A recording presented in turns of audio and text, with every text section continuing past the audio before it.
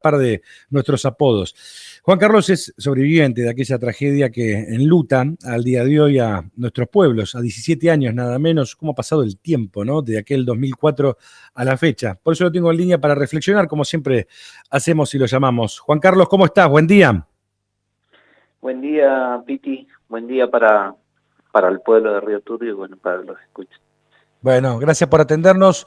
En este día, bueno, que se recuerda aquel hecho, vos en particular siempre charlamos, reflexionamos, y bueno, un día, primero que nada, para recordar a estos 14 vecinos, a estos 14 compañeros tuyos de trabajo y también a los familiares, ¿no? En este momento. Contanos un poco, en principio, bueno, tanto tiempo que pasó que realmente cuando lo revivimos parece que fue ayer realmente, ¿no? Sí, la verdad que sí. Sí, y también acordarse en este día especial también de los sobrevivientes, que también fueron parte de este suceso que enlutó a la cuenca, enlutó al país, yo creo, porque también hay mucha gente del país que estuvo interesada en informarse sobre la situación. Así que es un día muy especial, Piti. Y bueno, en este día, qué sé yo, pasaron 17 años de una situación que todavía no ha habido todavía una resolución, ¿no? de la justicia clara, digamos. Me soplan por producción que no estás en la localidad, ¿estás jubilado? No sabía que estaba jubilado ya. Sí, estoy jubilado más de un año y medio. Estoy viviendo en Río Negro, cerca de Neuquén Capital. Pegadito ahí en la zona, claro, ahí cruzás caminando un puente y ya estás en otra provincia. Claro, sí. Se pasa la autovía y sí, cerquita. Estamos más o menos, qué sé yo, unos 4 o 5 kilómetros. Sin duda. Bueno, nosotros pensábamos y veníamos charlando, ¿no? Que siempre las medidas de seguridad son fundamentales porque no se negocia la seguridad en el trabajo, pero siempre pensar, ¿no? Que el trabajo del minero es un trabajo de riesgo, ¿no? A pesar de esas medidas preventivas todas que se puedan tomar, el cerro muchas veces puede ser traicionero con los trabajadores, ¿no? Sí, la verdad que sí. Yo en un tiempo, hace mucho tiempo había hecho un proyecto sobre el tema de la seguridad en la mina que bueno, que con varios compañeros habíamos impulsado, que era un lugar, un refugio dentro de mina donde las situaciones, cuando pasaran situaciones de crisis, se pudiera atender rápidamente para que no suceda más una situación así. Y hoy día, por más que siempre la tecnología está cada día más en avance, todo puede fallar, la electrónica. Y bueno, por eso que muchas veces los sobrevivientes, hablando en reuniones que tuvimos después del accidente, hablábamos de eso, del refugio, que todavía podría hacerse dentro de mina para que nunca más suceda una situación así, ¿no? Tan grave. Un refugio dentro de mina, decías. Sí, un refugio dentro de mina. En el caso de los chilenos, no sé si te acordás del accidente de la mina de Chile, tenían un refugio. Entonces a nosotros, el refugio sería con ventilación y salida independiente de la mina, como para que se entienda, es una galería donde se sellaría en situaciones de incendio, de cualquier cualquier situación. Y los mineros estarían aislados porque sería mucho más pronta la evacuación y más cercana, por decir una cosa, y tendrían ventilación independiente de la mina, o sea que lo que sucediera en la mina ellos estarían protegidos y se podían rescatar más fácil. Bueno, ¿y qué pasó con ese proyecto? ¿Fue presentado a las autoridades? Eso fue hace muchos años, eso cerca del no sé si fue, yo no me acuerdo la fecha exacta, pero debe haber sido por, eh, por los 90, 95, por ahí. Ujú. No, más acá, 99, por ahí, casi 2000. Sí, nosotros yo lo hice, fui el autor que lo hizo en el Comité Mixto de Seguridad e Higiene de ATE, me acuerdo, pero no sé si habrá quedado en la escuelita minera, no me acuerdo, pero las autoridades no tomaron, o sea, no dieron el visto bueno, digamos, no. Ujú. Juan Carlos, estaba pensando, hoy en tiempo de pandemia, uno por ahí cree que, bueno, todo esto nos iba a accionar y a reprogramar y la presencia y demás, pero sin embargo, mucho acompañamiento de los familiares en el día de ayer con los protocolos necesarios, ¿no? Barbijo y demás. Digo, esta fecha está en el corazón de la gente, incluso de nuevas personas. Ha venido mucha gente en los últimos 17 años aquí a la cuenca, al yacimiento también, generaciones que se han renovado. Fíjate vos que estamos hablando con un trabajador sobreviviente jubilado y mucha gente ha ingresado de esos 17 años a la fecha. Digo, pero qué bueno es reflexionar año tras año para que se sepa lo que sucedió, justamente para que nunca más vuelva a pasar, ¿no? Sí, es importantísimo. Inclusive en un tiempo nosotros habíamos planteado de que los sobrevivientes tengan charlas con los mineros nuevos, los trabajadores nuevos de la empresa para que tengan una, no sé si decir pensamiento o conciencia, no sé, de respeto y, y un poquito de miedo a la mina, porque yo en otro reportaje lo decía, la situación, por más tecnológica que esté, siempre la electrónica puede fallar, ¿viste? Todo lo que es. Y una charla contándole la historia así en bruto, por decir una cosa, de cómo sucedió la tragedia es importante. No todos los sobrevivientes tenemos la misma historia porque no todos, no todos vivimos la misma situación, unos salieron por un lado, otro por otro. Y yo cuento mi historia que es personal y trato de contarla lo más real, lo más bruto y eh, posible, porque creo que es el más importante para que se aprenda a valorar la situación, ¿no? Del sufrimiento, eh, que se vea realmente lo que sucedió en una forma mucho más como decirte en bruto, ¿no? Mm. Sí. Juan Carlos, en el caso tuyo en particular, ¿vos tenías preparación, digamos, de prevención, de accidentología, saber por dónde era la evacuación más correcta? Digo, en función de esto que me estás contando, eh, ¿qué te pasó a vos? Y está bueno recordarlo, ¿no? ¿Por dónde vos utilizaste la vía de escape en ese momento? Claro, sí, en todos los mineros en ese entonces teníamos solamente una preparación muy superficial, digamos.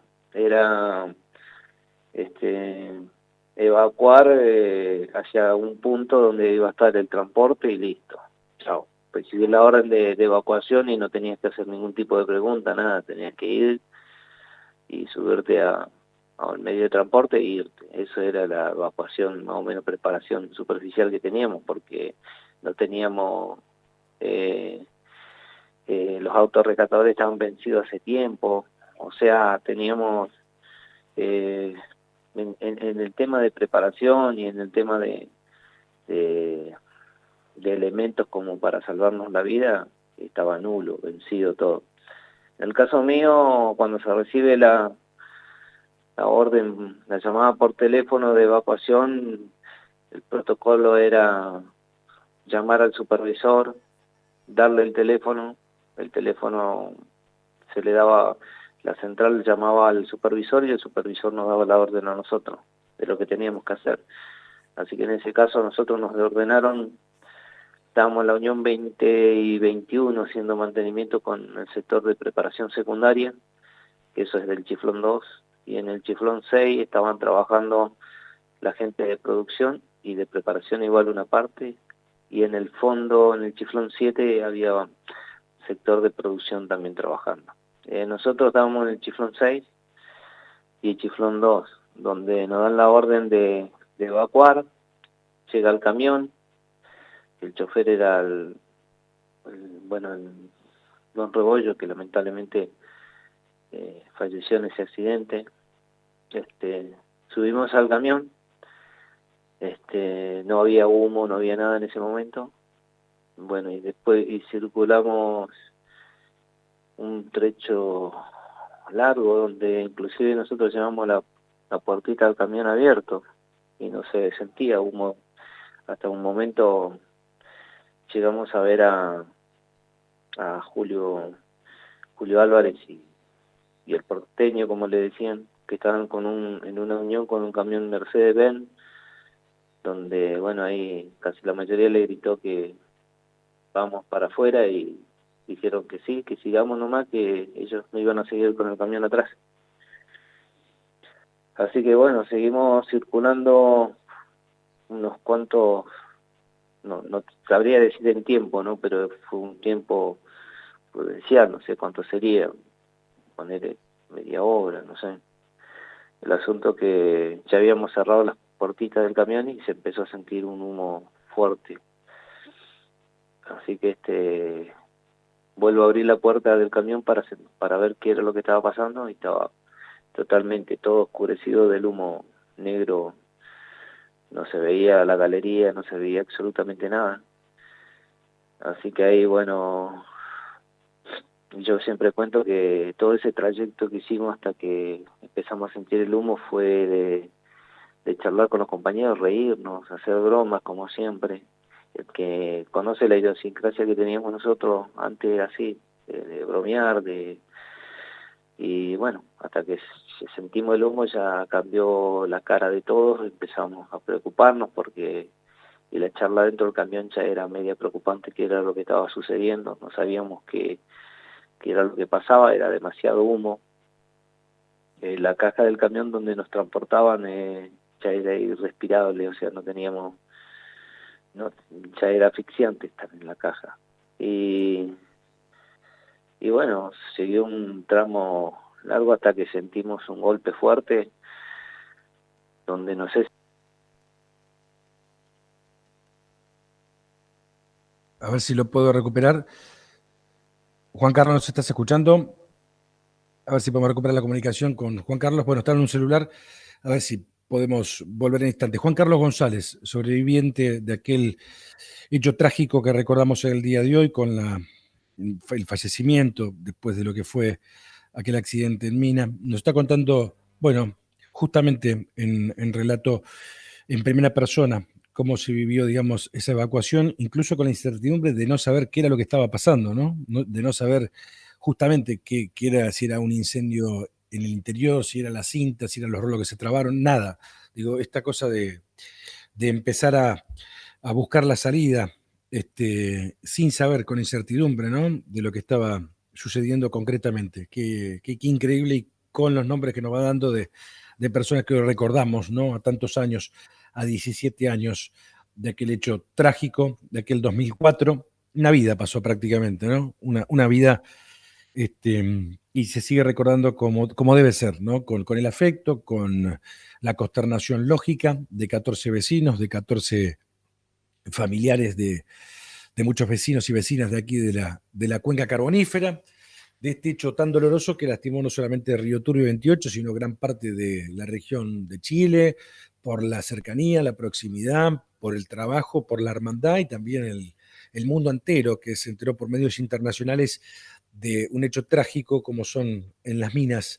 Siempre suelen ser muy, muy trágicos realmente. ¿Lo tengo en línea nuevamente a Juan Carlos? ¿Me escuchás, Juan Carlos? Hola, Ahora sí, sí, ahora sí, sí, sí. ahí te tenemos.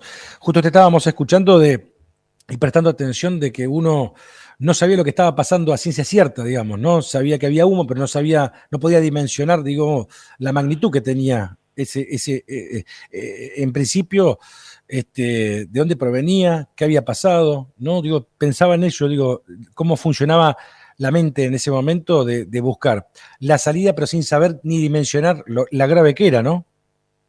Claro, más vale, sí. Nosotros, como te decía hace rato, veníamos en el camión y cuando nos damos cuenta de que hay excesivo humo después que el camión choca, no arranca, empiezan a salir los compañeros asustados de la cabina porque yo no tenían aire, y también el salir del camión y perder la orientación era lo primero que pasaba, era terrible. Así que cuando yo salgo voy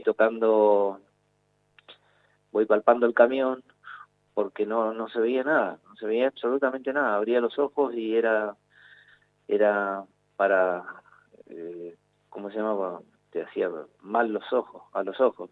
Entonces uno iba tocando, yo tocaba el camión, llegué hasta la cabina, vi la puerta estaba abierta, no había nadie, ya se habían ido, seguro. Entonces asumí que se habían ido. Entonces toqué la trompa del camión y me fui por la galería hacia la derecha, porque hacia la izquierda tenemos uniones y era muy peligroso que me desorientara y me metiera en una unión. Así que fui caminando un montón de tiempo ahí y bueno, entre caminando y cayéndome, porque como te dije hace rato, no había orientación, porque no sabías dónde estaba el piso, dónde estaba el techo, así que uno no se daba cuenta si iba cayendo o iba caminando. Así que el caerse de cara, seco, de cuerpo al piso era casi normal. Lo que hacía yo, bueno, fue tirarme al piso cuando caía, tratar de buscar aire en la tierra.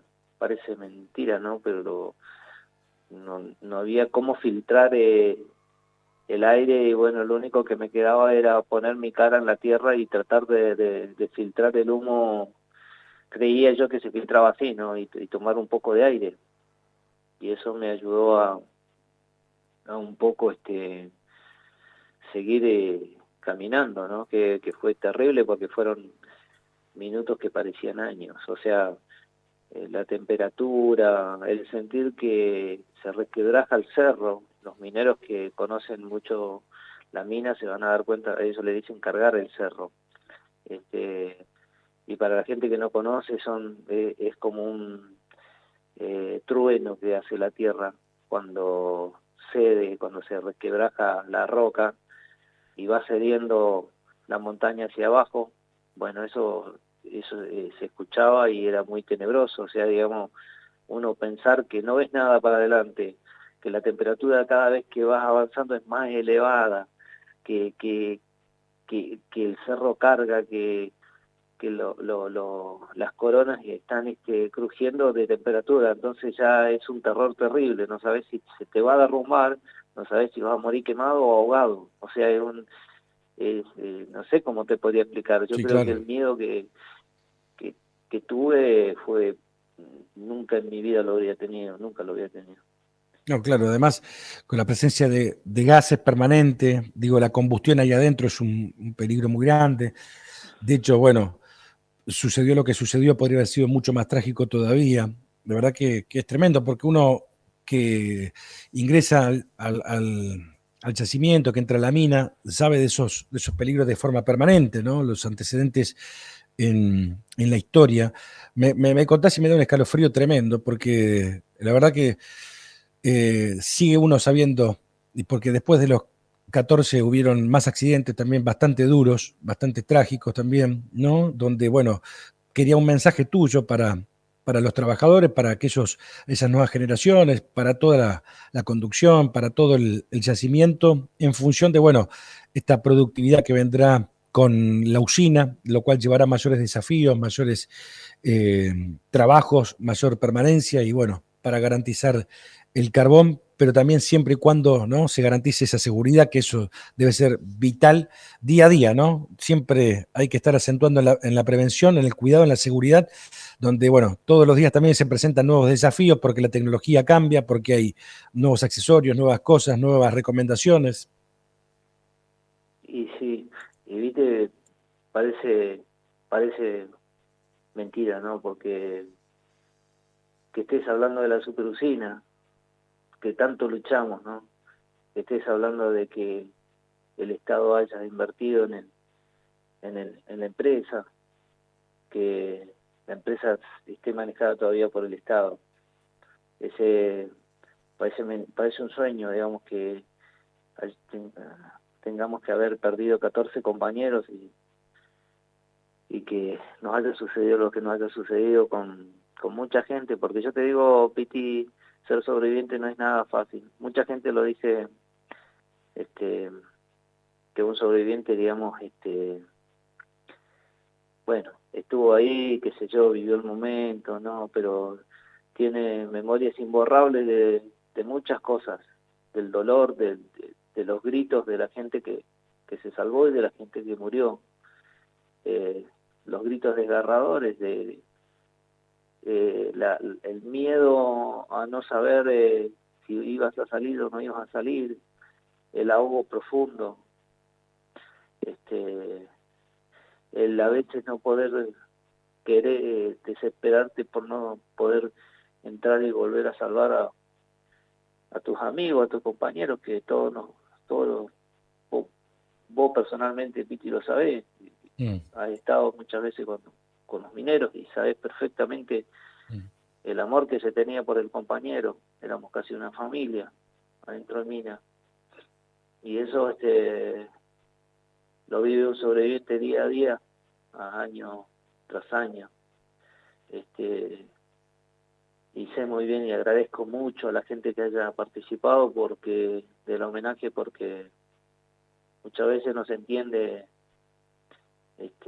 por qué la gente a veces no participa por el asunto del desconocimiento que tiene, pero me pone muy muy contento que haya participado mucha gente y ojalá que siga participando, ojalá que las universidades, las escuelas, los medios sigan manteniendo esto que es la memoria viva, primero para que no vuelva a suceder nunca más y se pueda hacer ese proyecto de un lugar de refugio para los mineros adentro de minas, pero también la memoria para no olvidarse de que esos vecinos fueron vecinos nuestros, que se sacrificaron, que muchas veces en las situaciones que tenían cobrábamos mal, no cobrábamos casi nada, a veces ni cobrábamos.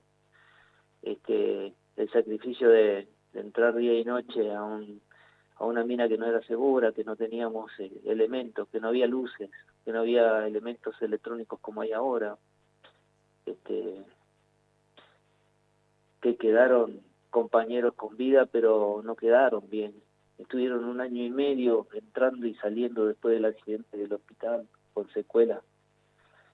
Que hubieron reclamos hacia la empresa de la justicia, judiciales, y todos que nunca tuvieron respuesta.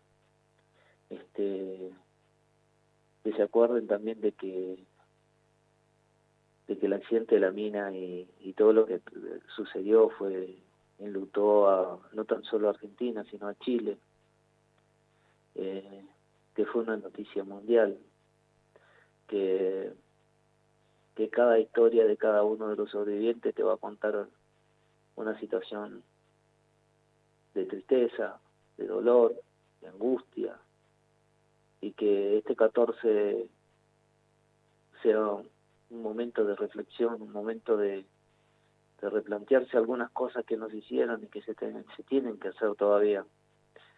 Las autoridades de la empresa deberían tomar carta en el asunto de hacer el refugio ese, y sería muy bueno ponerle al refugio los 14 mineros y los 36 sobrevivientes, porque ese día por Mina 5 murieron 14 mineros en ese accidente fatal, pero se salvaron 36 personas, que también son vecinos, que también ayudaron a muchos a salvarse la vida, que capaz que ni lo cuentan, pero han salvado vidas. 14 vecinos, 14 padres, 14 hermanos murieron, pero hubieron 36 que lograron salvarse la vida y que nunca más se van a sacar de la cabeza y de la memoria esos días fatídicos, y los lleva siempre consigo. y también hubieron sobrevivientes del Tifón 7, que fueron otra cantidad que no me puedo acordar los números de ellos, pero sí nosotros, lo que salimos por Mina 5 fueron 36 los sobrevivientes. Y es bueno que nos acordemos en este momento también de esos vecinos que cada 14 derraman una lágrima acordándose de aquel momento siniestro y de aquellos amigos del alma que se perdieron. Sí, Así claro, que sí, claro. Y además recuerdo lo difícil que era, ¿no? Porque recordemos que 2004 venía de un proceso de vuelta, de empezar a recuperar la fortaleza dentro de la empresa, veníamos con la privatización. Te recuerdo a vos con el Renonce clarito, reclamando bombo de por medio, redoblante, allí con tus compañeros, en piquetes en Boca de Mina, asambleas. Digo, costó tanto que justo cuando empezaba un proceso de recuperación, digamos, vino ese accidente tan trágico. Entonces uno decía, qué pena, qué dolor, ¿no? Porque tanto se había luchado, incluso quienes perdieron su vida, tanto luchar para, bueno, vivir un momento tan desagradable, tan duro, tan fuerte, y sabiendo que siempre la actividad del minero es un trabajo de riesgo, por eso no debe haber ninguna grieta que divida a ningún trabajador del lugar con el minero, ni mucho menos.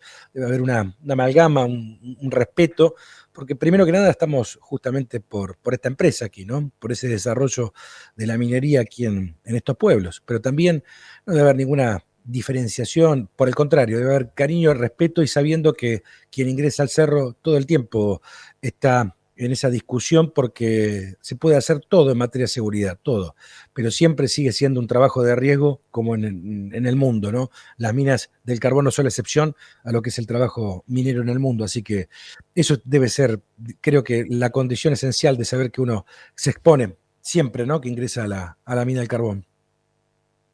claro, es así, tal cual lo decís, Piti.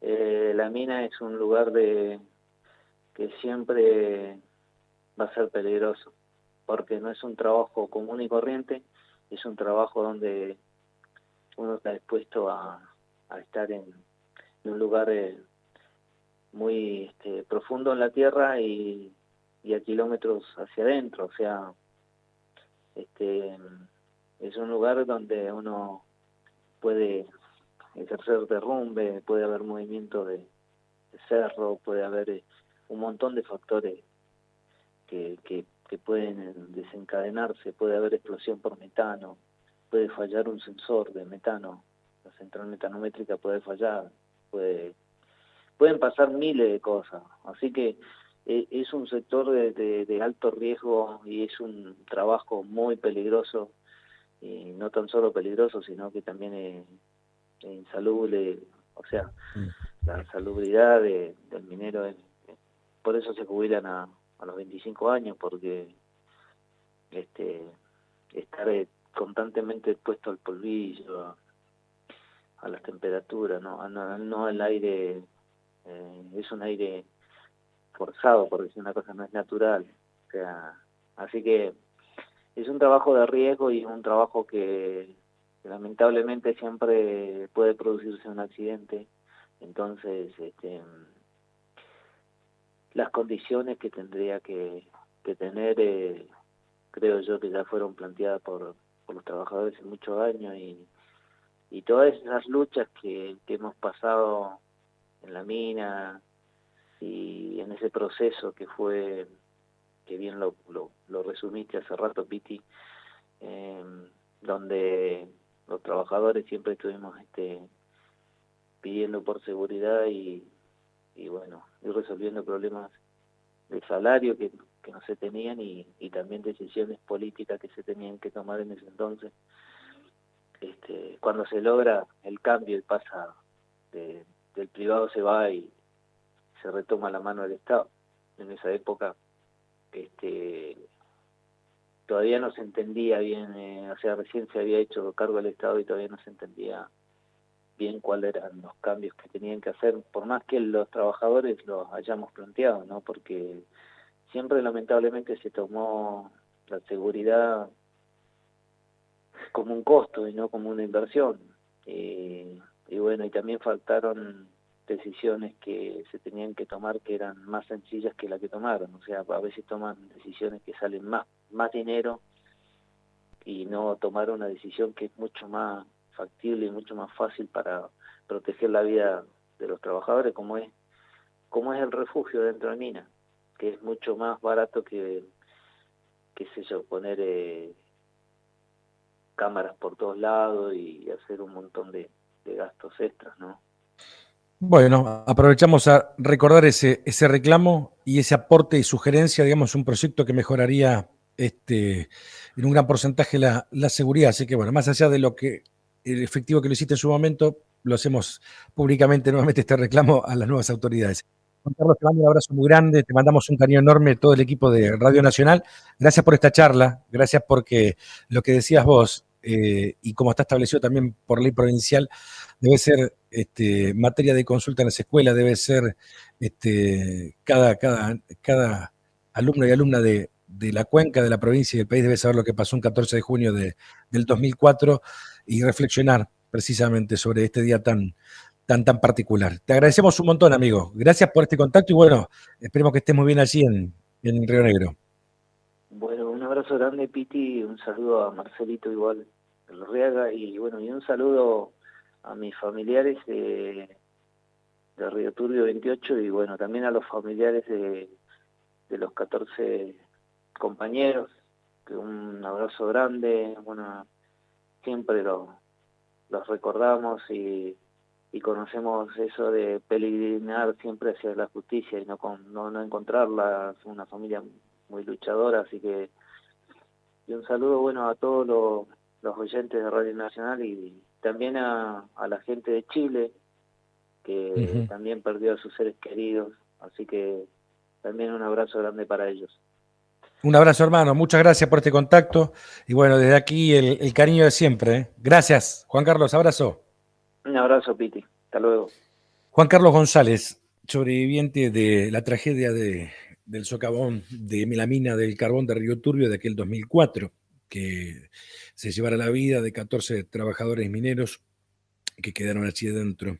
Y que bueno, hoy lo recordamos a 17 años de aquel hecho, que comenzó ayer la vigilia, 23:45, con la presencia del padre Sergio Soto, como todos los años, ¿no? Que era el padre que estaba en aquel momento y quedó siempre, ¿no? En la consideración de la comunidad, de los familiares, de venir a dar su homilía, su discurso, sus palabras de fe a la comunidad minera del ámbito de la cuenca carbonífera, ¿no? Bueno, ahí hablábamos recién con un sobreviviente que es Juan Carlos González, Cogote González como lo conocemos, ya un minero jubilado.